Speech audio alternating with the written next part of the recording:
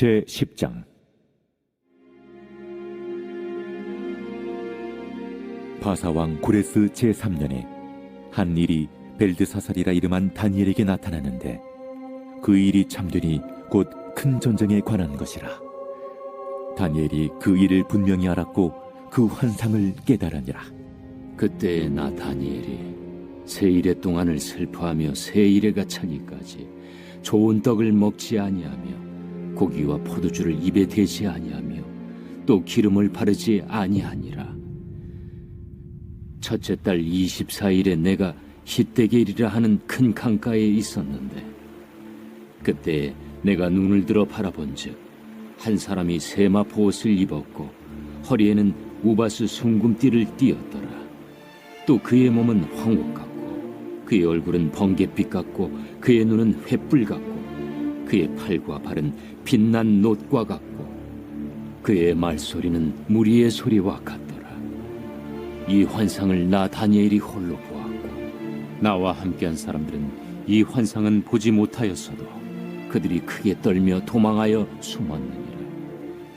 그러므로 나만 홀로 있어서 이 큰 환상을 볼 때에 내 몸에 힘이 빠졌고 나의 아름다운 빛이 변하여 썩은 듯하였고 나의 힘이 다 없어졌으나 내가 그의 음성을 들었는데 그의 음성을 들을 때 내가 얼굴을 땅에 대고 깊이 잠들었느니라.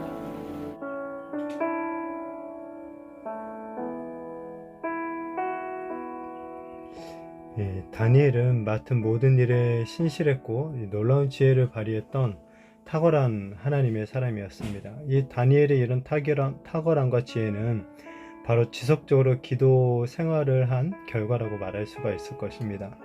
오늘 본문은 다니엘이 히데겔 강가에서 환상을 보고 있는 것을 말해주고 있는데요. 이 다니엘이 첫 환상을 본 지 20년이라는 세월이 흐르고 이제 다니엘은 노년에 이르게 되었죠. 이 노년이 다 된 다니엘이 젊었을 때와 마찬가지로 언제나 기도하는 이 사람이었다라는 것을 오늘 다시 한번 확인하게 됩니다. 다니엘이 바사왕 고레스 3년에 다시 하나님의 이 말씀을 받게 됩니다. 이 고레스 3년은 처음으로 유다 백성 중 일부가 스룹바벨과 함께 귀향하게 되는 시점입니다. 그러나 다니엘은 아마도 이 노년으로 말미암아 귀향길에 오르지는 못했던 것으로 보입니다. 그 누구보다도 이스라엘의 회복과 예루살렘 선전 재건에 참여하고 싶었겠지만 육신의 제한으로 인해서 이 귀환에 함께하지는 못했지만은 이 민족을 위해서 이렇게 귀환한 이스라엘 백성들을 위해서 기도하는 사역은 놓지 않고 있는 거죠. 자, 다니엘이 기도하는데 3주 동안이나 금식 기도를 하고 있어요. 이 다니엘이 작정한 21일 동안 좋은 떡과 고기, 포도주를 입에 대지 않고 기도에 집중하죠. 다니엘이 이렇게 슬퍼하며 금식 기도를 하는 이유, 큰 전쟁에 관한 환상을 보았기 때문에 그렇죠. 장차 왕국 간의 전쟁이 일어나고 악한 왕이 일어나서 이스라엘 백성들을 박해할 것이라는 사실을 알고 매우 슬퍼하면서 금식하며 간절히 기도하고 있는 것입니다. 저도 이 금식을 해보신 분들 알겠지만 참 어려운 기도가 금식 기도죠. 이제 젊었을 때 새해가 되면 친구들하고 1일에서 이제 많게는 한 3일 정도까지도 금식을 했었는데, 처음 한두 끼 뭐 아니면 이제 하루 정도는 그래도 참을만 합니다. 근데 이제 그 이상이 되면 참 신기하게도 모든 것이 귀찮아지고 기도에 집중하기보다는 오히려 금식 끝난 후에 뭐 먹을까 이것만 더 생각하게 되는 것 같기도 합니다. 그래서 이제 막 일주일 이상 금식했다라는 그런 분들을 보면 참 대단하다라는 생각이 저절로 들었습니다. 자, 여하튼 지금 다니엘은 노년이라는 쇠약한 몸으로 21일 동안 금식하며 기도하죠. 그것도 자신을 위해서가 아니라 민족을 위해서 간절히 기도하고 있죠. 이런 면이 다니엘의 참 위대한 신앙의 모습이죠. 이런 다니엘에게 하나님께서 놀라운 응답을 주시고 또한 하늘의 놀라운 계시들을 깨닫게 하는 것, 어쩌면 당연한 일이었는지도 모르겠습니다. 자, 다니엘은 히데겔 강가에서 한 존재를 이제 봅니다. 이 세마포 옷을 입은 그 존재가 보니까 얼굴이 번갯빛 같고 팔과 발은 빛나는 놋과 같아요. 이 바로 성육신 하시기 전에 예수 그리스도를 본 거죠. 만왕의 왕이신 예수님을 만난 것 큰 은혜고 영광이죠. 민족을 생각하며 금식 기도한 다니엘에게 하나님께서 예수님을 만나게 하는, 이 예수님을 보게 하는 큰 위로를 주신 거예요.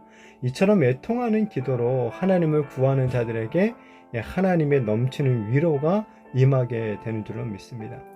자, 히데갈 강가에서 근데 다니엘 말고도 다른 사람들도 함께 있었지만 오직 다니엘만이 예수님의 환상을 보죠.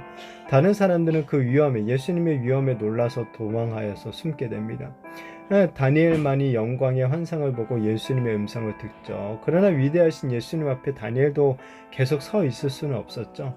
힘이 빠지고 결국에는 얼굴을 땅에 대고 깊은 잠이 들게 됩니다. 이 예수님의 이런 거룩하심 앞에 제대로 서 있을 수 있는 사람은 아무도 없죠.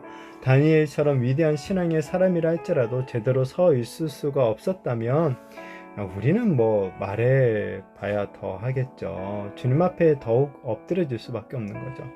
이 참된 신앙을 가진 사람들, 이렇게 날이 가면 갈수록 더욱 주님 앞에 겸손하게 되어 있습니다.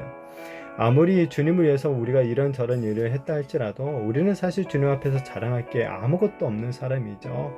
더욱 주님 앞에서 이 겸손해지는 우리 성도님들이 되시기를 바랍니다. 우리 주님의 거룩하심 앞에 날마다 우리 자신을 더욱더 낮추고 주님의 크신 위로와 은혜만을 간구하는 우리가 되었으면 좋겠습니다. 예수님은 애통하는 자가 복이 있다고 하셨습니다. 그들에게 위로가 임할 것이기 때문이죠. 세상이 교회를 향해 비판적인 시각을 가지고 있는 이 시대를 바라보면서 우리는 어쩌면 애통해야 되는 거죠. 제가 더욱 만연해지는 이 시대를 바라보고 그 가운데 연약하게 서 있는 교회들을 바라보면서 또 또한 이 연약한 교회를 통해서도 역사하시는 하나님을 바라보면서 애통하는 우리가 시간을 가져야 될 것입니다. 그럴 때 하나님의 놀라운 위로의 응답이 우리들 가운데 임하게 될 줄을 믿습니다. 정말 바라기는 이 나라와 민족을 위해서 또 우리 한국교회를 위해서 더욱더 애통하는 마음으로 이 다니엘처럼 더욱더 기도에 헌신하게 되는 저와 우리 모든 성도님들이 되시기를 예수님의 이름으로 축복합니다.